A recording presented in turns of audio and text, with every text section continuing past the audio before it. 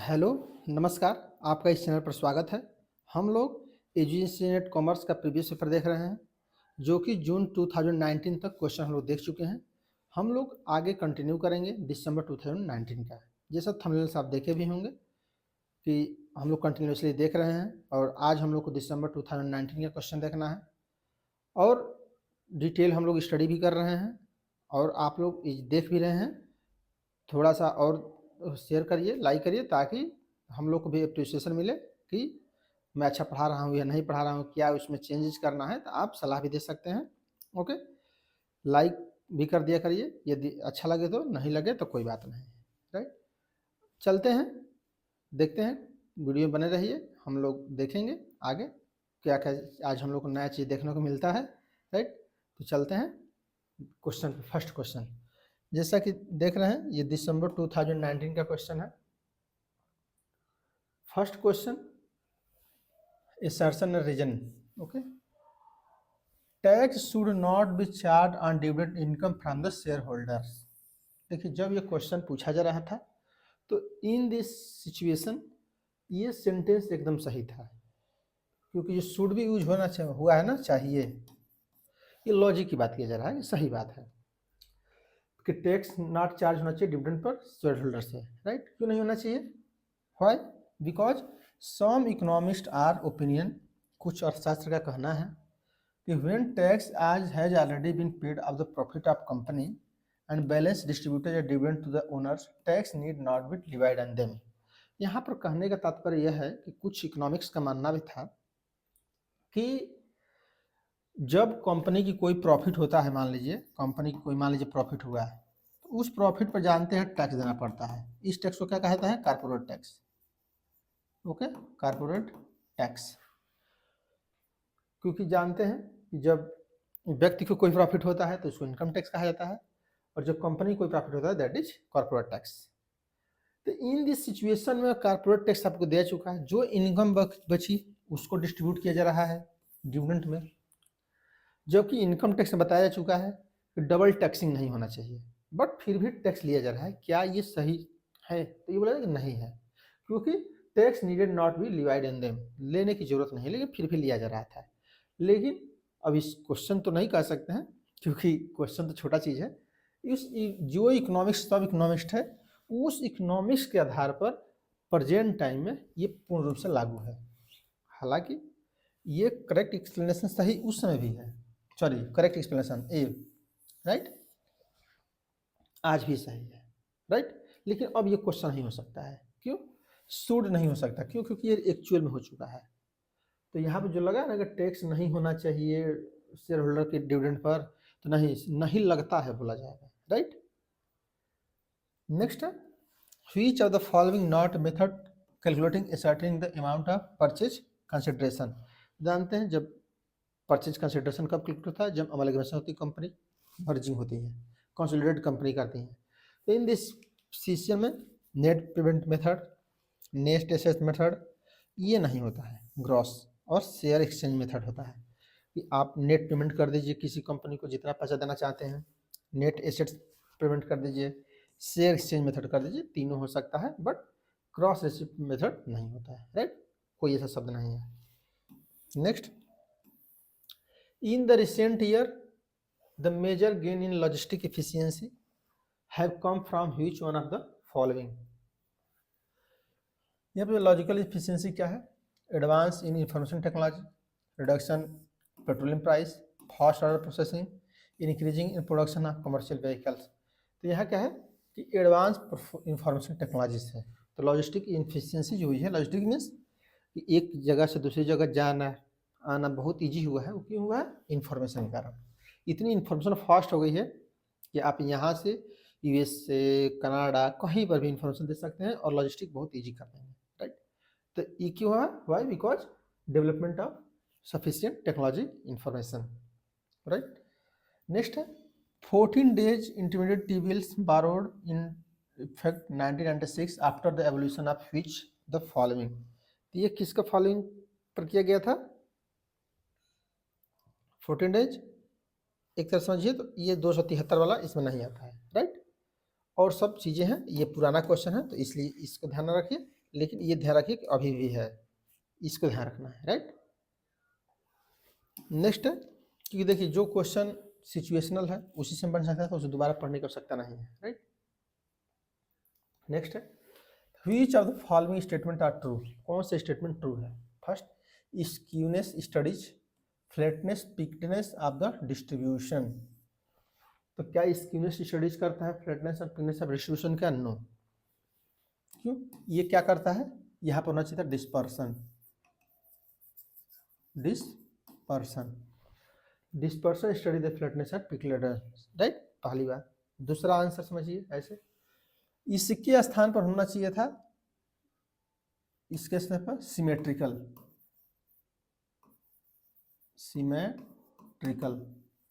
Miss सममित का अध्ययन करता है, ओके, समित असमित का, सिमेट्रिक एसिमेट्रिक का अध्ययन करता है, right. Next, a positive skew distribution curve is stretch more than the right to the left, तो यहाँ पूछा जा रहा है कि पॉजिटिवली स्क्यूड कोई डिस्ट्रीब्यूशन है तो curves structured more than the right than the left, तो स्ट्रक्चर्ड ऐसे होगा, ओके, ये पूछा जा रहा है। क्योंकि जानते हैं कि पॉजिटिव निगेटिव एक बार समझ लीजिए, देखिए पॉजिटिव ऐसे बनता है, सामान्य ऐसे बनेगा और निगेटिव ऐसे बनता है, ध्यान रखना। ये जो फ्लैटनेस वाला है इस साइड हो जाएगा, जो पीक वाली है इस साइड आ जाएगा, वो उस साइड चला जाता है, बस ऐसे, ओके, और यहाँ पर ये हो जाएगा, राइट। तो यही पूछा जा रहा है कि positively skew distribution curve is stretched more than the right, ज़्यादा राइट में दाहिने तरफ होता है लेफ्ट की तुलना में, तो ये सही है। नेक्स्ट देखते हैं अभी, तब देखते हैं कौन सा सही है कौन सा गलत है। Next, on the basis of empirical relationship between mean mode median moderately asymmetrical distribution Karl Pearson coefficient of skewness can be measured by 3 median divide by standard deviation, तो सही बात है। कितना स्क्यूड है ये फार्मूला होता है, right, divide by standard deviation, ऐसे समझिए 3 mean minus median divide by standard deviation, ऐसे कैलकुलेट होता है, राइट, तो ये सही है। Next, if mean mode of the distribution of positive skewed, देखिए ये जो मैं बनाया था अभी, फिर से मैं बना दे रहा हूँ,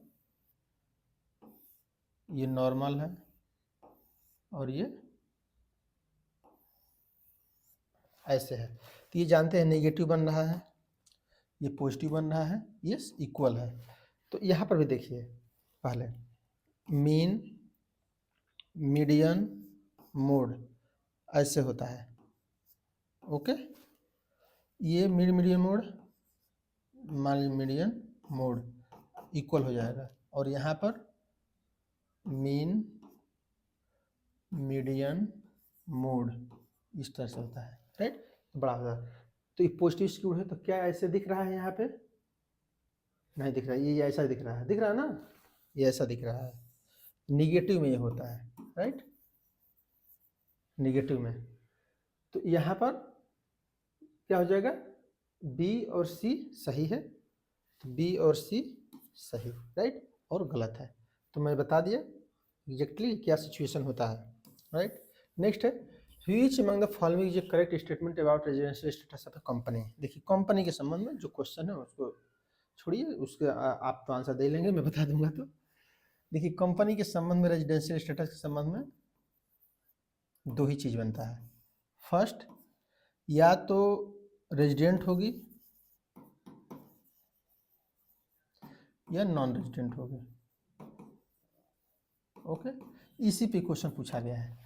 क्योंकि देखिए एक थर्ड कंडीशन व्यक्ति के लिए आता है, non ordinary resident, okay, non ordinary resident, इसको ऑर्डिनरी भी कहा जाता है, ये भी ध्यान रख रही है, ordinary ordinarily, okay, non ordinarily.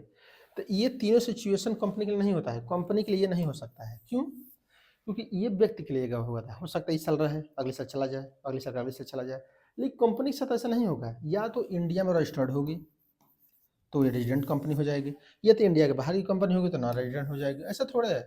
कि इस बार रिलायंस यहाँ की है, नेक्स्ट पाकिस्तान की हो जाएगी, उसके नेक्स्ट ईयर इंग्लैंड की हो जाएगी, उसके नेक्स्ट ईयर भारत की हो जाएगी, फिर अमेरिका की हो जाएगी, ऐसा तो होना नहीं है। तो ये कंडीशन नहीं होता, लेकिन व्यक्ति के साथ ऐसा हो सकता है। व्यक्ति हो सकता है इस बार इंडिया में रहे, नेक्स्ट ईयर कहीं और चला जाए, नेक्स्ट ईयर फिर इंडिया जाए, फिर नेक्स्ट कहीं चला जाए, हो सकता है। बट कंपनी के साथ ऐसा नहीं हो सकता, इसीलिए ये सिचुएशन नहीं होता, दो ही होता है। तो उसी को हम लोग को इस क्वेश्चन में हम लोग सर्च करना है। First, a company can be classified as a non ordinary resident. क्या कंपनी कैन बी क्लासिफाइड की जाती है नॉन ऑर्डिनरी रेजिडेंट में?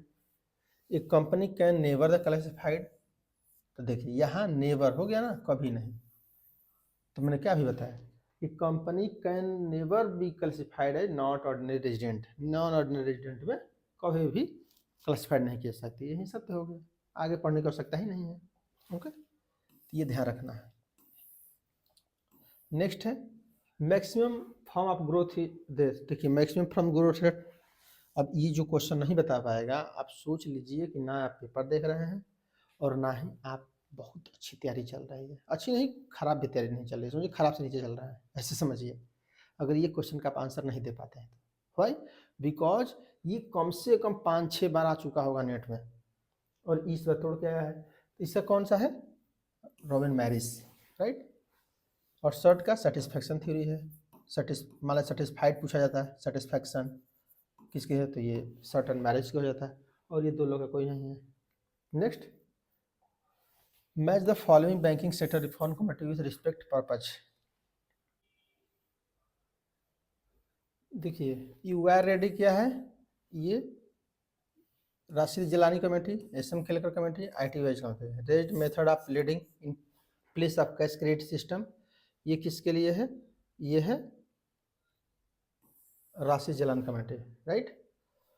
नेक्स्ट है rationalisation of interest rate of small savings, ये है वाई रेड्डी। नेक्स्ट है working capital leading norms, IT वेज कमेटी।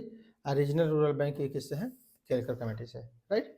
तो इस प्रकार से आप लोग देखिए, ये तो याद करना पड़ेगा कि रीजनल रूरल बैंक केलकर से रिलेटेड है, working capital leading norms IT वेज कमेटी से है, rationalisation of interest rate on small savings ये वायु रेड्डी से है, Rashi Jilani provision method of lending and plus cash credit system से है, राइट। तो इसको क्या करिए, ऐसे क्वेश्चन को एक बार कहीं लिख के याद कर लिया करिए, तो आपको इजी हो जाएगा, राइट। देखिए नेक्स्ट क्वेश्चन है एडवर्टीजमेंट से रिलेटेड है। Advertisement, sales promotion, word of mouth marketing, personal selling. तो देखिए पर्सनल सेलिंग कहाँ करेंगे? सेल्स मीटिंग में, राइट। ब्लॉक्स कहाँ रखेंगे?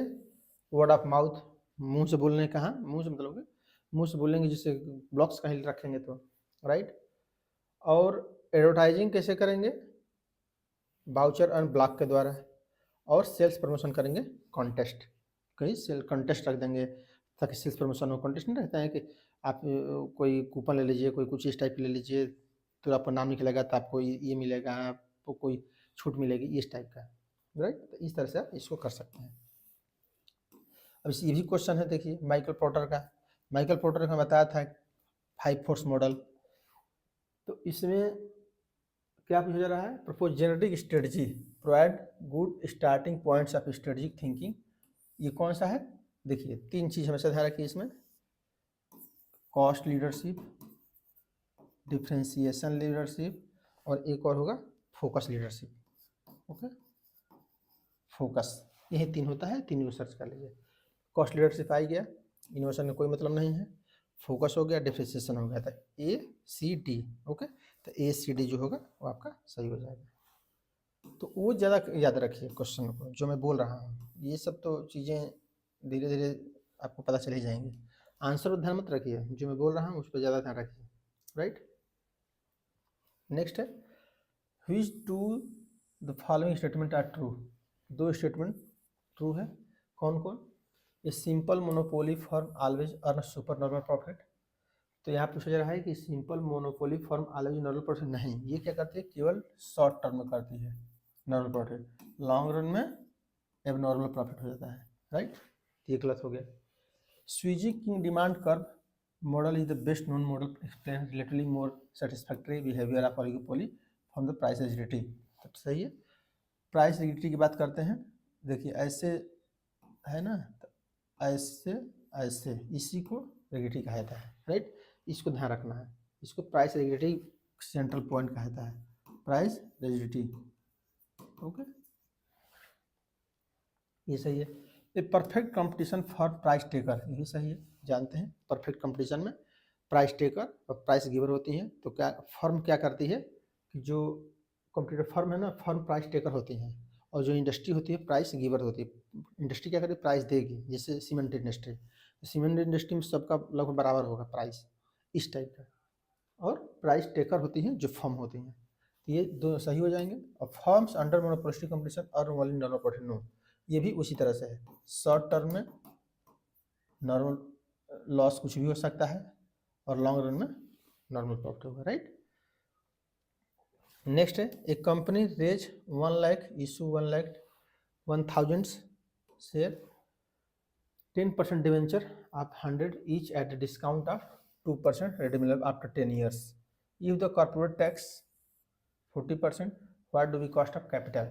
देखिए इसका सिंपल से सॉल्व करने का क्या तरीका है, कोई भी है जो क्वेश्चन इस टाइप का कॉस्ट का जो इस पर आप दे रहे हैं उसको क्या कहता है। जैसे यह क्या है, इंटरेस्ट, इंटरेस्ट डिवाइड बाई जिसमें मतलब कॉस्ट पूछा जा रहा है ना, नेट प्रोसीड। ओके, और जितना आएगा वैल्यू उसमें क्या करना है कि जैसे मान लीजिए कि आ गया इंटरेस्ट कुछ भी, तो वहाँ पर क्या करना है ना, जो भी मान लीजिए कि ये डिबेंचर का आ गया, प्लस क्या करना है 1 माइनस टैक्स, राइट, इस टाइप का। क्योंकि ये क्यों किया था टैक्स से, क्योंकि टैक्स डिबेंचर पर टैक्स नहीं लगता है इसलिए। तो क्वेश्चन भी सॉल्व करेंगे तो आपको सीधे समझ में आ जाएगा। जैसे 100 रुपया है तो उस पर क्या करेंगे 10% के अनुसार देंगे, तो 10 रुपया आ गया, सिंपल। ओके, एक की। और नेट प्रोफिट कितना होगा, मान लीजिए कि ये 10 एक के हिसाब से 100 का है, तो आप 2% किसी में देंगे 100 में, तो 98 होगा ना, होगा कि नहीं 98। तो यहाँ क्या करेंगे 98 से डिवाइड करेंगे। मैं बताया था नेट प्रोफिट में कम होगा तो कम लिखेंगे, बराबर होगा तो बराबर लिखेंगे, ज़्यादा होगा तो ज़्यादा लिखेंगे। मान लीजिए कुछ नहीं देता, डिस्काउंट नहीं है, तो यहाँ 100 लिखते हैं। पूरी तरह प्रीमियम, तो प्रीमियम भी लिख देते हैं, 105 रुपये तो 105 रुपये लिख देते हैं, राइट। अब इसको क्या करना है, कर देना है। अब इसको करेंगे तो क्या आएगा,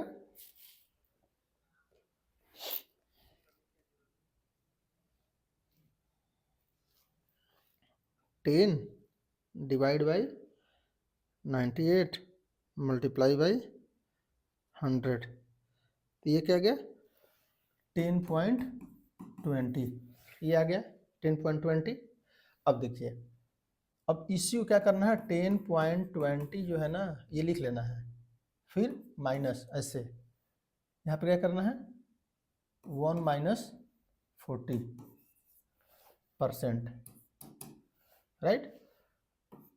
तो यहाँ पर क्या आ जाएगा 10 माइनस 20, सॉरी यहाँ मल्टीप्लाई है, मल्टीप्लाई बाई 0.6। ओके, अब इससे करिए, ये क्यों हो रहा है अभी मैं बता रहा हूँ। ओके, पहले कर लिए तब समझ में आ जाएगा। 10.20 मल्टीप्लाई बाई 0.60, कितना रहा 6.12। ओके, अब देखिए 6.12 नहीं है तो इसके आसपास क्या है ये, राइट। तो ये आपका ऑप्शन सही हो जाएगा। देखिए क्यों किया जाता है, इसके लॉजिक को समझिए। ये माइनस क्यों किया जा रहा है, माइनस इसलिए किया जा रहा है क्योंकि 40% टैक्स देंगे ना कॉर्पोरेट टैक्स, ये इस पर नहीं लगेगा। जैसे मान लीजिए कि आपने 1 लाख रुपए की इशू किया, 1 लाख पर 10% के हिसाब से टैक्स दीजिए तो कितना आएगा यार 1 लाख पर 10,000, फिर 10,000 को वापस हो जाएगा। जब कलेक्शन ITR सबमिट करेंगे कॉर्पोरेट टैक्स का पूरा रिलेटेड, तो ये 10,000 वापस हो जाएगा। इसीलिए यहाँ पर माइनस किया जा रहा है। तो टैक्स इसीलिए तो पूरी फाइनेंशियल मैनेजमेंट इसी पर तो है। आपको मैं बताया पूरी कंपनी लोन पर क्यों काम करती है। कोई भी व्यक्ति लोन अगर मिल जाए तो लोन क्यों लेना चाहता है, इसीलिए क्योंकि उसको ये सब ये फायदा है। टैक्स कॉर्पोरेट टैक्स नहीं देना पड़ेगा, अपना पैसा यूज करके देना पड़ेगा, तो इसलिए सब चीज़ें हैं। जैसे मान लीजिए कि ये 1 लाख रुपये ना लोन लिया होता, सोचिए तो क्या 10,000 का फायदा होता उसको? नहीं होता। अपना पैसा लेके इनकम कर ले और इससे बिजनेस करे, सब लोग यही करता है। तो इसलिए ये इस तरह से क्वेश्चन सॉल्व करिए, राइट। नेक्स्ट है which two of the following statement is true. इसमें भी दो देखना है कौन सी स्टेटमेंट ट्रू है। फर्स्ट, पे back period method consider all cash flow of project. क्या पे बैक पीरियड में मेथड कंसीडर रखा था ऑल कैश फ्लो को देखा जाता है।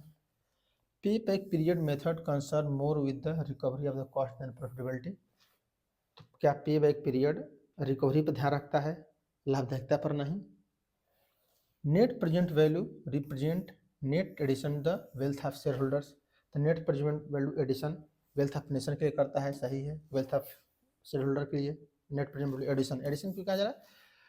एडिशन दो तरीके से यूज हो रहा है, एक तो वेल्थ ऑफ शेयर होल्डर को बढ़ाता है, और अगर आपसे ये क्वेश्चन पूछ दिया जाए कि कौन सा इसमें नेट प्रेजेंट वैल्यू है, पे बैक पीरियड है, IRR है, कुछ भी, PI है, प्रॉफिटेबिलिटी इंडेक्स, कुछ भी, कौन सा एडिशन मेथड कहा जाता है, तो उसको NPV कहा जाता है, राइट। ये भी ध्यान रखना है लाइफ टाइम।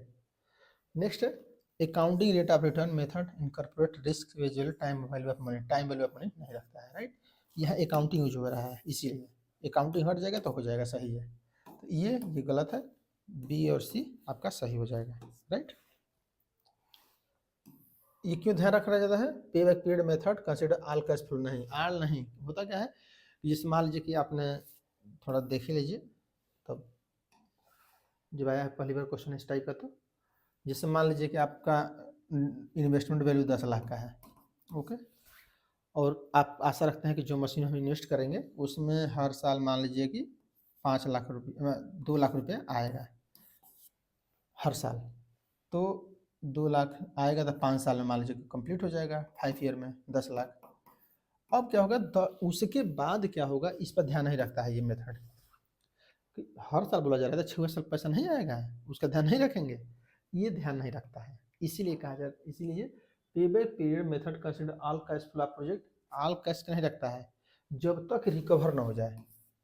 ये एसिस कर सकते हैं up to recover period, okay. तो pay back period method consider only up to recover period, जब तक रिकवर ना हो तभी तक ध्यान रखा जाएगा, ओके, इसलिए। नेक्स्ट क्वेश्चन एक्सरसाइज रीजन का। Next question, auto companies and other consumer goods company offer cash rebate to increase purchase of the manufacturing production with the specified period. देखिए यह सही बात है कि जो भी ऑटो कंपनीज होती हैं वो डिफरेंट टाइप्स में रिबेट देती हैं, एक स्पेसिफाइड पीरियड में सेल होता है, तो कि 1 मंथ में, 1 वीक में, 1 ईयर में कितना आप सेल करेंगे उसके अकॉर्डिंग रिबेट दी जाती हैं। ये करेक्ट असर्शन है। रीजन क्या है, the same product is price different at the different times. तो डिफरेंट टाइम में डिफरेंस नहीं होता है, राइट, तो इसलिए ये रीजन गलत है, राइट। नेक्स्ट है, next question, arrange the step of E filing income tax return in the correct sequence. देखिए कोई भी आप जानते हैं कि असेसमेंट ईयर में आपको ITR सबमिट करना पड़ता है। ITR जब आप सबमिट करते हैं तो इन दिस कंडीशन में 4 चीज़ें तो बहुत जरूरी है। पहले ये इसमें दिया हो चाहे ना दिया हो, पहला एक मोबाइल नंबर, दूसरा मेल अकाउंट एक होना चाहिए, okay, pan card, permanent account number, okay, और थर्ड पे आधार कार्ड, ओके, आधार कार्ड, ये ध्यान रखना है, ये चीज़ें आपको होना चाहिए, राइट। नेक्स्ट, अब ये सब चीज़ें कैसे होंगी, तो फर्स्ट पे क्या करते हैं, रजिस्टर्ड योर सेल्फ, ये फर्स्ट पे होता है। जैसे आप कोई फॉर्म फिलअप करते होंगे तो देखते होंगे कि आप पहले रजिस्टर्ड करते हैं अपने को, right, after that form open होता है, एज इट इज इसमें भी यही प्रोसेस फॉलो किया जाता है। तो रजिस्टर्ड हो गया, नेक्स्ट हो गया ITR, ये नहीं, लास्ट प्रोसेस है, select the requisition of form. यहाँ पर क्या होता है, अब सेलेक्ट करेंगे फॉर्म कि कौन सा फॉर्म फिलअप करना है, ITR 1 करना है, ITR 2 करना है, ITR 3 करना है, ITR 4 करना है, ITR 5 करना है, कौन सा करना है, इसके आधार पर फिल फ्रॉम एंड अपलोड। अब क्या करेंगे, उसके बाद अपलोड करेंगे, आफ्टर दैट वेरीफाई करेंगे, राइट। इस तरह से क्वेश्चन को तो जो भी आप सीक्वेंस मिला लीजिएगा उसके अनुसार सही हो जाएगा। नेक्स्ट है, globalization refers to the free cross border movement of goods service capital information people. देखिए ग्लोबलाइजेशन का मेन ऑब्जेक्टिव यही है। जब आप ग्लोबलाइजेशन पढ़ते हैं, जब हमारी कंट्री 24 जुलाई 1991 को ग्लोबलाइज हुई, तो इन द सर्कमचांसेस में हम क्या करते हैं, अपने क्रॉस बॉर्डर को फ्री ओपन कर देते हैं कि कोई भी आप गुड्स मूव कर सकते हैं, कोई भी आप सर्विस मूव कर सकते हैं, +1 कंट्री टू अनदर कंट्री। कोई भी आप चाहते हैं तो लेबर को मूव करा सकते हैं, सब कुछ कर सकते हैं। इसी को ग्लोबलाइजेशन कहा जाता है, राइट। नेक्स्ट है countries are consistently involving innovating marketing barriers that are WTO compatible. तो कंट्री कंसिस्टेंट इन्वॉल्विंग होती है, क्या होता है, innovating marketing barriers WTO capital. तो ये क्या है, दोनों सही है, असर्शन और रीजनिंग, राइट। लेकिन ये इसका व्याख्या नहीं है, राइट, एक्सप्लेनेशन नहीं है, राइट। ये ध्यान रखना है और हमेशा ध्यान रखिए, मैं हमेशा ट्रिक बताता ही रहता हूँ, इसमें ध्यान रखिए। एक्सप्लेनेशन के क्वेश्चन कोई भी आ जाए तो कभी भी ये वाला ऑप्शन नहीं लेना है। इस बात को बहुत क्लियरली याद रखिए, कभी भी, जब तक कि आपको एकदम क्लियर ना हो जाए कि ये सेंटेंस में से कोई एक गलत है। ओके,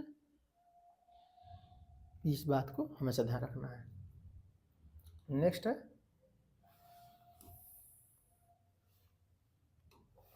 ये स्टेटमेंट करेक्ट कौन देखना है, कौन सा स्टेटमेंट करेक्ट है, 2। इसमें 2 ही ज़्यादा पूछा जा रहा है, ये सोचिए। नेक्स्ट है, in short run change of total fixed cost 0 है। यदि में से टोटल फिक्स्ड कॉस्ट चेंज नहीं हो रही है तो जो टोटल कॉस्ट हो किस पर डिपेंड करेगी, टोटल वेरिएबल कॉस्ट पर। सही बात है, ये टोटल फिक्स्ड कॉस्ट 0 चल रही है किसी में, क्योंकि fixed cost variable cost add होता है, ये 0 ही चल रहा है, तो जो भी चेंज होगा वेरिएबल कॉस्ट से होगा, इसीलिए उसको दिखाया जा रहा है। If decrease in AFC, average fixed cost decrease कर रही है, और इंक्रीज AFC और इंक्रीज कर रही है average variable cost, then AC decrease, तो क्या होगी, AC डिक्रीज करेगी, नहीं, ये इंक्रीज करेगी। ओके, क्यों, क्योंकि ये इंक्रीज करेगी एवरेज वेरिएबल कॉस्ट। नेक्स्ट है, if decrease in average variable fixed cost increase in variable cost AC remains constant, ये भी नहीं। नेक्स्ट क्या है, मतलब यहाँ पे क्या हो जाएगा, डिक्रीज, यदि एवरेज फिक्स कॉस्ट डिक्रीज कर रही है, एवरेज वेरिएबल कॉस्ट डिक्रीज कर रही है, इंक्रीज कर रही है, तो AC रिमेन कांस्टेंट, तो क्या AC कांस्टेंट हो जाएगी। इफ डिक्रीज इन AFC ज़्यादा है, increase in AFC, then AC is increase, तो क्या ये इंक्रीज कर जाएगी इसको, तो यह क्या हो जाएगा, A और C, ये आपका सही हो जाएगा, right, option. Next, which 2 of the following statement are true, कौन सा 2 स्टेटमेंट सही हैं। Transaction exposure is inherent in all foreign currencies dominate contractual transaction. क्या ट्रांजेक्शन एक्सपोजर से जो फॉरेन एक्सचेंज होती है, कंट्रैक्चुअल ट्रांजेक्शन, वो डिस्टर्ब होती है। Transaction exposure related to change in accounting income and balance sheet statement, तो ये ट्रांजेक्शन है, right. Next, economic exposure has been impact on the valuation of the firm, valuation of firm में economic exposure काम करता है। Operating expansion does not have to impact of the firm, ये क्या है, यही गलत है, राइट। इम्पैक्ट पड़ता है, चाहे वो ट्रांजेक्शन का हो, चाहे ट्रांसलेशन का हो, चाहे इकोनॉमिक एक्सपोजर का, राइट, तो ये आपका सही हो जाएगा। ओके, नेक्स्ट है, which of the following is the correct sequence of the various stage of operating cycle of the manufacturing company। तो मैन्युफैक्चरिंग कंपनी में कौन सा ऑपरेटिंग साइकिल नहीं होता है। देखिए मैन्युफैक्चरिंग के लिए जो मैं सीक्वेंस बता रहा हूँ उसको ध्यान रख रही है। पहले रॉ मटेरियल आता है,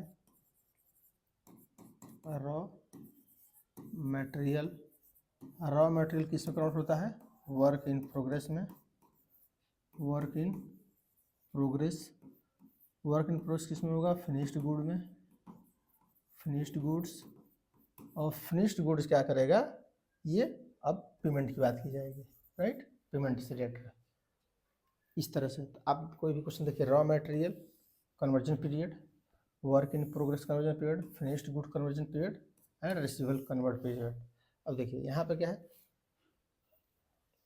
raw material conversion period, work in progress conversion period, creditor payment period, receivable conversion period.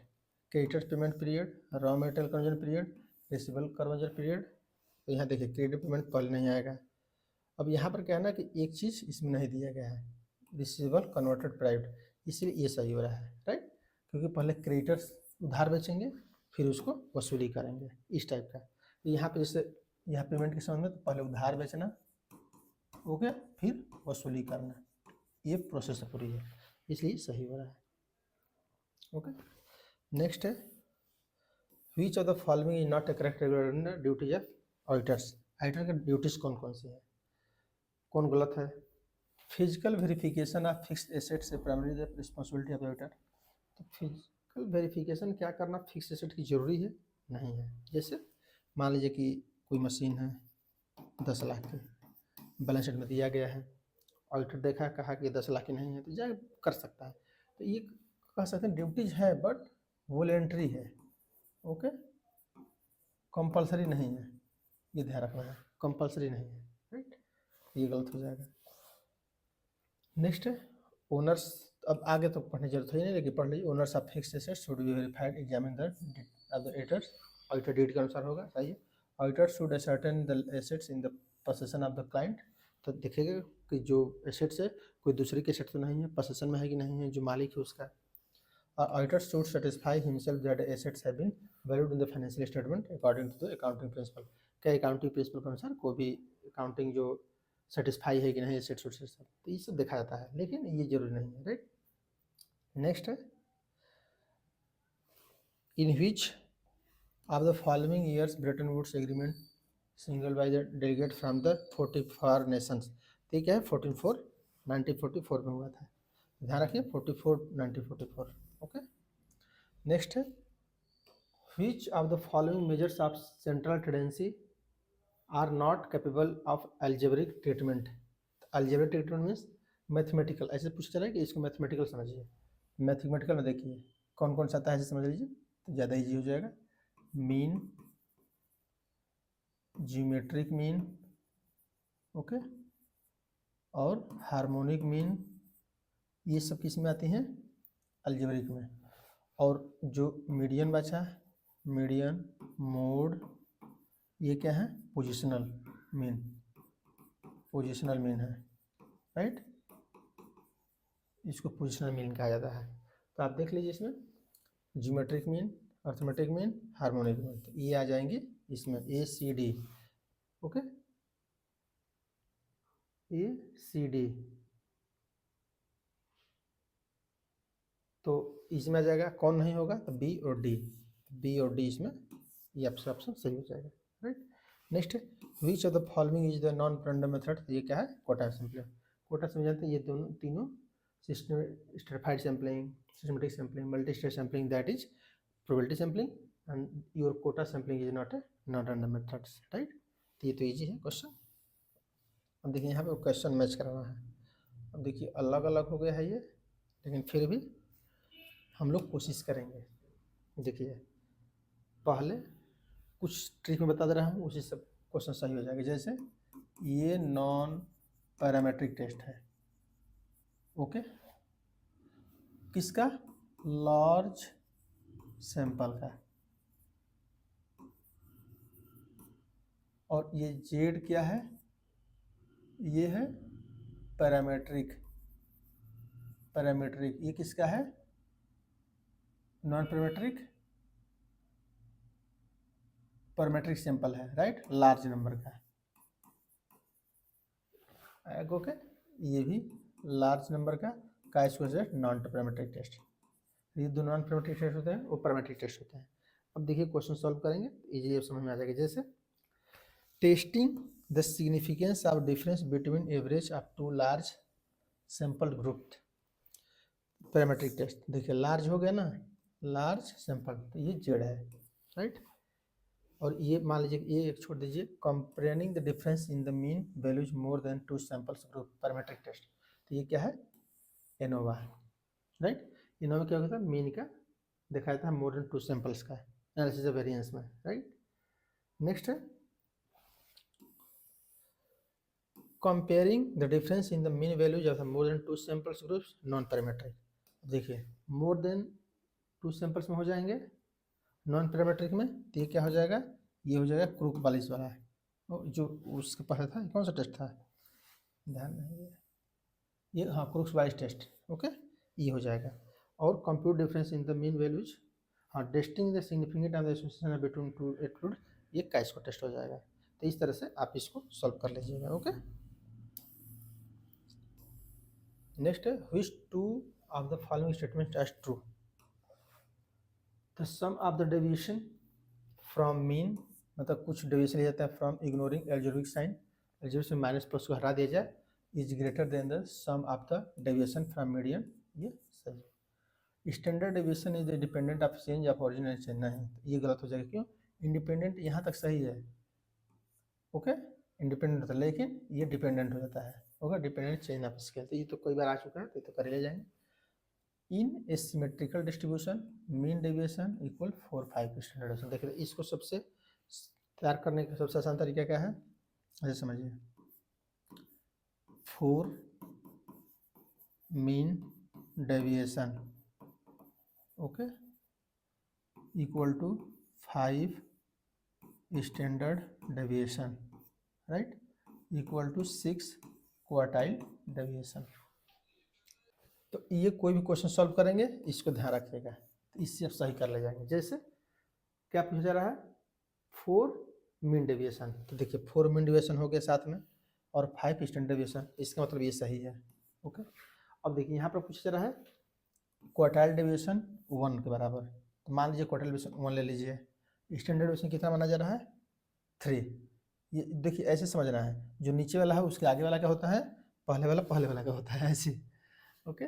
तो यहाँ पर मान लीजिए 1 ले लीजिए, राइट, ये क्या है क्वार्टाइल डेविएशन स्टैंडर्ड डेविएशन, तो ऐसा नहीं होता है, राइट, ध्यान रखना है। मीन डेविएशन के साथ इसका हो सकता है 5/6 होना चाहिए था, इसको यहाँ पर 5 होना चाहिए था, 6, और मीन डेविएशन के साथ क्या होगा, यहाँ पर 2/3 भी हो सकता है, या 4/6, ओके, इस तरह से सही करिए। तो ये कौन कौन सा, एक ये सही हो जाएगा और एक ये सही है, ए और सी सही हो जाएगा और गलत हो जाएगा, right. Under which of the following categories A parametric of partnership firm will be assessed, यहाँ पूछा जा रहा है कि कौन सी कैटेगरी में फर्म के अनुसार होता है, तो ये फर्म ही है, राइट, पार्टनरशिप में फर्म के अनुसार देखा जाता है, राइट। नेक्स्ट है which of the following session companies act 2013 facilitated amalgamation observation and reconstruction, ये क्या है 390, राइट। देखिए इसमें क्या है 320 में तो डिस्ट्रीब्यूशन से रिलेटेड है, ओके, तो ये ज़्यादा इंपॉर्टेंट नहीं है। 410 में से NCLAT है, ये क्या है national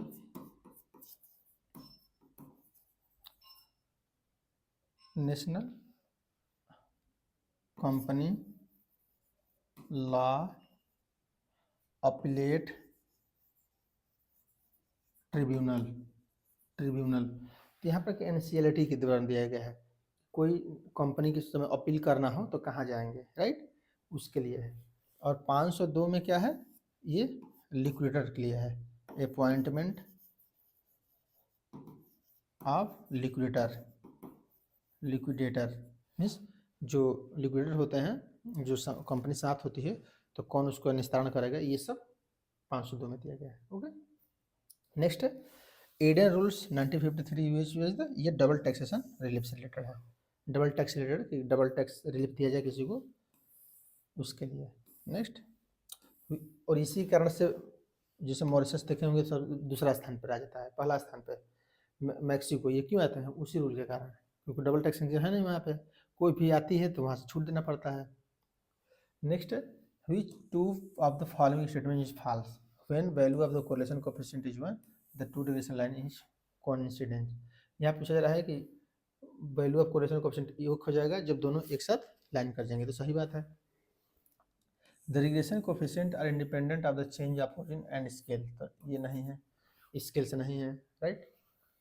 the sign of the regression coefficient are always the same, तो सही बात है, ये कल बताया था, लास्ट क्लास जो देखे होंगे बताया था, ये तो माइनस होगा, ये तो माइनस होगा, प्लस होगा तो प्लस होगा, दोनों। The square of coefficient of correlation is called coefficient of determination. Okay, तो इसमें क्या है, यहाँ पर रियल में ये नहीं है। ओके, ये बी वाला सही हो जाएगा, ये गलत ऐड हो गया है, ये ध्यान रखना, बी वाला। ओके, और सब सही है। कोफिशिएंट ऑफ डिटर्मिनेशन की बात की जा रही है, तो ऐसे समझिए कोफिशिएंट ऑफ डिटर्मिनेशन का फॉर्मूला क्या होता है, आर स्क्वायर। ओके, आर कर देंगे स्क्वायर, तो वही कोरिलेशन कॉल डिटर्मिनेशन स्क्वायर मिला जा रहा है ना। Okay, next incorrect statement 28 days 27 3 days, ये क्या है 27 3 जो वाला ऑप्शन हो जाएगा, और ये 364 99 टू 1986 ये सही है। Which of the following are correct about TDS certificate. देखिए TDS पहले समझिए, TDS क्या है। TDS मीन्स ये है कि जो भी इनकम प्रोवाइड करेगा, जो देगा इनकम को एम्प्लॉयर, आप जानते हैं मालिक ही पैसा देगा, तो इन दिस कंडीशन में क्या होगा कि मालिक जब पैसा देगा तो सर्टिफिकेट देगा कि हम आपका टैक्स लिए हैं, ताकि जब कोई व्यक्ति है वो जब टैक्स जमा करे तो वो सर्टिफिकेट बता पाए कि देखिए हमारा सर्टिफिकेट है, मैं ऑलरेडी टैक्स दे चुका हूँ। ओके, उसी के TDS इशू करता है। TDS इशू करने के लिए एक स्टेप याद रखिए, इसको छोड़ दीजिए, कन्फ्यूजन वाला है। ऐसे समझिए, फॉर्म 16 ये सैलरी है, सैलरी से स्टार्ट करिए। ओके, जैसे इनकम टैक्स स्टार्ट करते हैं सैलरी से, वैसे ये भी सैलरी से स्टार्ट होना है, हेड से। Form 16A non salary person के लिए है, non salary person. Form 16B ऐसे बी, ये किसके लिए है, ये है यहाँ पे sale of property. Okay, sale of property.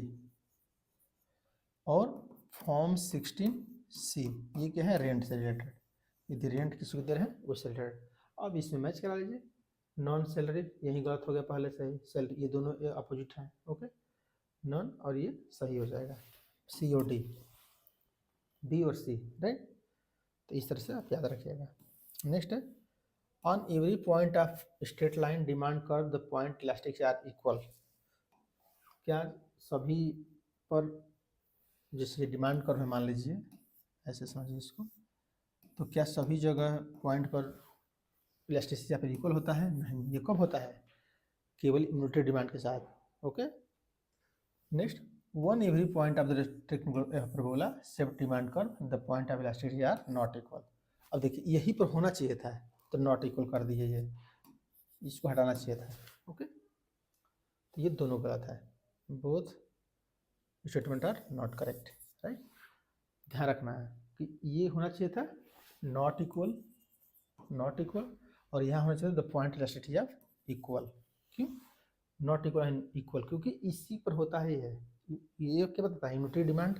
Okay, यहाँ पे और यहाँ पे ये जो आ रहा है, और मान लीजिए कि जो और बनेगा कोई, तो ये बराबर होगा, इस टाइप का, ये यूनिटरी डिमांड के साथ ही होता है, राइट। यहाँ पे मार्केट लॉजिस्टिक प्लानिंग, आप लॉजिस्टिक प्लानिंग कैसे करेंगे ये पूछा जा रहा है, 4 स्टेप है, और कैसे प्लान करेंगे, डेवलप ऑर्गेनाइजेशनल एक्सीलेंस, आगे in sales forecasting, warehouse management, transportation and material management. देखिए पहले एक ट्रिक बता दे रहा हूँ, उसी के अनुसार ये सही हो जाता है, राइट। क्या है, select the best channel, implement the solution, decide the company value proposition in customer. देखिए यहाँ पर पहला क्या है, यहाँ पे डेवलप नहीं करना होता है, सेलेक्ट, इम्प्लीमेंट, डिसाइड क्या करना है, पहले डिसाइड करना है प्रोपोजिशन। ओके, डिसाइड करने के बाद सेलेक्ट करेंगे, सेलेक्ट करने के बाद क्या करेंगे, उसको डेवलप करेंगे, और डेवलप करने के बाद इम्प्लीमेंट करेंगे। ऐसे समझिए, मीन्स पहले ऐसे समझिए क्या करना है, पहले पहले डिसाइड करना है। ओके, डिसाइड करने के बाद सेलेक्ट करेंगे, सेलेक्ट करने के बाद डेवलप करेंगे, और डेवलप करने के बाद इम्प्लीमेंट करेंगे। तो इससे तो आपका सही हो जाएगा, और ये सीक्वेंस सही भी है। पहले कोई चीज़ को वैल्यू क्या है उसके हिसाब से डिसाइड करेंगे, उसके बाद सेलेक्ट करेंगे, डेवलप करेंगे सेलेक्ट करके, उसको इम्प्लीमेंट करेंगे। अब इसको देखिए, पहले ऐसे पढ़िए, डेवलप वाला, decide the company value of proposition customer सही है, उसके बाद कहाँ पर चलेंगे, select the best channel design network strategy for reaching the customer. अब कस्टमर कहाँ पहुँचे कैसे, इसको डिसाइड करेंगे। उसके बाद क्या करेंगे, develop operational excellence, sales forecasting, warehouse management, transportation, metal management, ये भी सही है। और लास्ट में क्या करेंगे, implementation the solution of the best information system, equipment, policies and procedure. तो ये प्लान ऐसे तैयार करेंगे, right. Which of 3 following types of cyber attacks. तो 3 टाइप्स के साइबर अटैक कौन है, backdoor, denial service, direct service. ये नहीं होता है, फ्रंट से नहीं होता है, समझिए सामने से नहीं होता है, राइट। ये 3 प्रकार के अटैक होते हैं कंप्यूटर में। जैसे फिशिंग भी सुने होंगे, कंप्यूटर चोरी, तो उसी प्रकार से ये भी है। अब यहाँ पर देखिए, if the risk free return 6%, beta is 1.5%, market return is 10%, the expected return ना वैल्यू, ये किस पर कैलकुलेट होगा, ये एक मार्कोविट्ज पढ़े होंगे, मार्कोविट्ज, ओके। CAPM मॉडल जिसको कहता है, CAPM, cash assets capital assets pricing model. इसका फार्मूला क्या होता है, risk free plus RM minus RF multiply by beta. ये बीटा क्या है, अगर आपसे पूछा जाए कि what is beta, beta that is systematic risk, okay, अर्थात सिस्टम का रिस्क है जो नॉन डाइवर्सिफाइड है। इसको कहा जाए नॉन डाइवर्सिफाइड तो भी सही, नॉन डाइवर्सिफाइड तो भी सही है, जो डाइवर्सिफाइड नहीं कह सकता है। अब इस पर वैल्यू पुट कर दीजिए। देखिए रिस्क फ्री क्या है, 6% प्लस 10 पर minus 10 minus 6 multiply by 1.5, okay. अब क्या करेंगे, 6 प्लस 4 मल्टीप्लाई बाई 1.5, 6 प्लस क्या हो जाएगा, ये हो जाएगा 6 हो गया ना, 6, ये क्या आ जाएगा 12, राइट। तब देख लीजिए 12 जो होगा वह सही हो जाएगा, ठीक है। देखिए 12 है ना, 12 सही। तो उस तरह से आप CAPM मॉडल कर सकते हैं, राइट। नेक्स्ट है, ये क्या है, क्वालिफाइड रिपोर्ट क्या होता है, examine valuation of disclosure, access records, company and subsidiary, miss statement prospectus in company share capital. यहाँ देखिए क्वालिफाइड रिपोर्ट किसका है, ये ऑडिटर की रिपोर्ट है, राइट। तो ये क्या हो जाएगा, ए का 3 पहले से ही, ये तो देखिए यहाँ तो बी सही होगा, या तो ए सही होगा। उसके बाद examine the valuation and disclosure, ये हो जाएगा ऑडिटर की लायबिलिटीज। नेक्स्ट है access the record of company and subsidiary, access करना रिकॉर्ड का, ओके। ये क्या है, ये राइट है उसका, राइट। और miss statement prospective company issue of capital, तो ये ऑडिटर की ड्यूटी है कि मिस स्टेटमेंट ना करें, राइट। तो इस तरह से आप कर सकते हैं। नेक्स्ट है, if the form is prepared increase cost transportation in may in the position of that reduce the inventory cost। यहाँ पे हो जा रहा है कि यदि फॉर्म प्रिपेयर कर रही है इंक्रीज या ट्रांसपोर्टेशन कॉस्ट, तो वो प्रोफेशन इन्वेंट्री कॉस्ट को कम कर सकती है। सही बात है कि जब ट्रांसपोर्ट कॉस्ट ज़्यादा हो रहा है तो कम कर दीजिए इन्वेंट्री, तो ट्रांसपोर्टेशन का कम हो जाएगा। और as in such case form can use the fastest mode of transport and rush the goods stock of the desired warehouse unmindful the cost of transportation। तो यहाँ पे हो रहा है कि इन जो चीज़ें हैं उसके संबंध में क्या करना है हमको, कि जब आवश्यकता हो तभी गुड्स को मंगाइए या सर्विस को मंगाइए, ओके, क्योंकि इसमें फास्ट चीज़ें हो चुकी हैं। तो इसका देखिए सिंपल सा क्रक्स पॉइंट ये है, पहला जो सेंटेंस बोला जा रहा है, पहला सेंटेंस बोल रहा है कि जब कोई भी कॉस्ट ज़्यादा बढ़ रही है ट्रांसपोर्टेशन की, एक जगह से दूसरी जगह गुड्स मंगा रहे हैं, ज़्यादा ट्रांसपोर्टेशन कॉस्ट हो रहा है, तो उसको थोड़ा इन्वेंट्री कम कर दीजिए कि जाके वहाँ रहेगा क्या फ़ायदा, उतना मंगाइए ही मत, जितना काम उतना ही मंगाइए। और दूसरा बोला जा रहा है कि जितना आवश्यकता हो, क्योंकि लॉजिस्टिक बहुत चेंज हो चुका है, लॉजिस्टिक मैनेजमेंट करिए, तो उस मैनेजमेंट के द्वारा कितना आप चेंज कर रहे हैं उसकी चेंज के अनुसार आप उतना ही मंगाइए जितना आवश्यकता है, ओके। तो यहाँ पर देखिए warehouse, desired warehouse, जितना आवश्यकता है, ओके, इच्छा है, तो उस तरह से आप कम कर सकते हैं, राइट।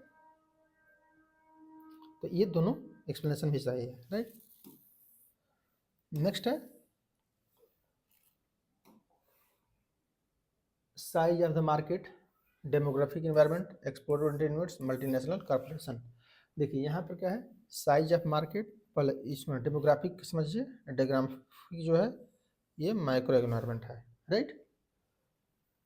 नेक्स्ट एक्सपोर्ट ओरिएंटेड क्या है, ये export oriented foreign trade policies, multinational companies, organisational globalisation, और size of the market that is non economic, right. तो इस तरह से आप नॉन इकोनॉमिक इन्वायरमेंट, तो इकोनॉमिक इन्वायरमेंट नॉन इकोनॉमिक है, राइट। तो इस तरह से आप कर सकते हैं। Next, on which of the following assumption the theory of consumer behavior or coordinated approach not based, तो किस पर बेस्ड नहीं है। कंज्यूमर रेशनल मतलब उपभोक्ता विवेकपूर्ण है, बुद्धिमान है, सही है। Limited money is income the consumer, consumer की मनी इनकम लिमिटेड है, ओके, इसीलिए वो चूज करता रहता है क्या खरीदे क्या ना खरीदें। मैक्सिमेशन ऑफ द टोटल सेटिस्फेक्शन, वो हमेशा कोशिश करता है कि सेटिस्फाइड कर पाए, मैक्सिमम सेटिस्फेक्शन मिले। और नेक्स्ट डिमिनिशिंग मार्जिनलिटी, ये नहीं है क्योंकि यहाँ पर कांस्टेंट होना चाहिए और ये ध्यान रखना है, ये क्वेश्चन आया भी हुआ है। Next, the informal groups compensation system is called, क्या है, group dynamics, grapevine, exchange interaction, ये ग्रेप वाइन है, इनफॉर्मल, राइट। नेक्स्ट है what are the desire of globalization, population mobility especially of labour. तो यहाँ पूछा जा रहा है कि कौन सा ग्लोबलाइजेशन के लिए बहुत जरूरी है, जिससे पहले पढ़े थे ना ग्लोबलाइजेशन के लिए, financial flows, exporting, assembly operation, ये जरूरी नहीं है ज़्यादा, ये जरूरी है ए और बी, ओके। पॉपुलेशन मतलब लेबर का और फाइनेंस का, जब आप पढ़ेंगे एंडोमेंट थ्योरी हेक्सर ओकलेन की, तो उसमें ही बताया गया है लेबर और फाइनेंस की ज़रूरत है, और इसी को फ्लो को ग्लोबलाइजेशन में जरूरी होता है। एक व्यक्ति दूसरे व्यक्ति का है, जब जिसमें हमारे इंडिया के लोग हैं यूएसए में, कतर में, सऊदी अरब में जाते हैं वर्क करने, तो क्या है, ग्लोबलाइजेशन के कारण हुआ है। और पैसा भी यहाँ से अमेरिका, अमेरिका से यहाँ चला रहा है, इसलिए दो चीज़ जरूरी है। एक्सपोर्ट इम्पोर्ट तो आपको कोई जरूरत नहीं, आप कर भी सकते हैं, नहीं भी कर सकते हैं, okay. Which of the following is true about condition according to the sales good act, sales of good act जानते हैं 1930 में है, 1930 में। अब क्या है, description, cute possession, income base, title, right. तो ये क्या है, तो जगह ए और बी, ओके। टाइटल और डिस्क्रिप्शन जरूरी है, राइट। टाइटल क्या, डिस्क्रिप्शन है। क्यूट पोसेशन ये जरूरी नहीं है कि तुरंत पोसेशन मिलेगा नहीं मिलेगा, इनकम्बरेंस भी जरूरी नहीं है, right. Next, in e commerce one of the key design element of the effective website community refers to it layout and design, they will enable to user communication, sites ability to tailor itself different user, allow user personalize the site, degree the site link to the other sites। district forum shall consist of lady social worker, यहाँ पर consumer protection act के द्वारा पूछा गया, तो ये देखिए change हो गया है तो उसको दिक्कत नहीं, लेकिन फिर भी जानते हैं state commission shall be considered provision of has been जज ऑफ द हाई कोर्ट, सही है। District forum shall be district 4 members, नहीं है 4+1 है चेयरपर्सन, ओके, तो इसलिए गलत हो जाएगा, राइट। नेक्स्ट है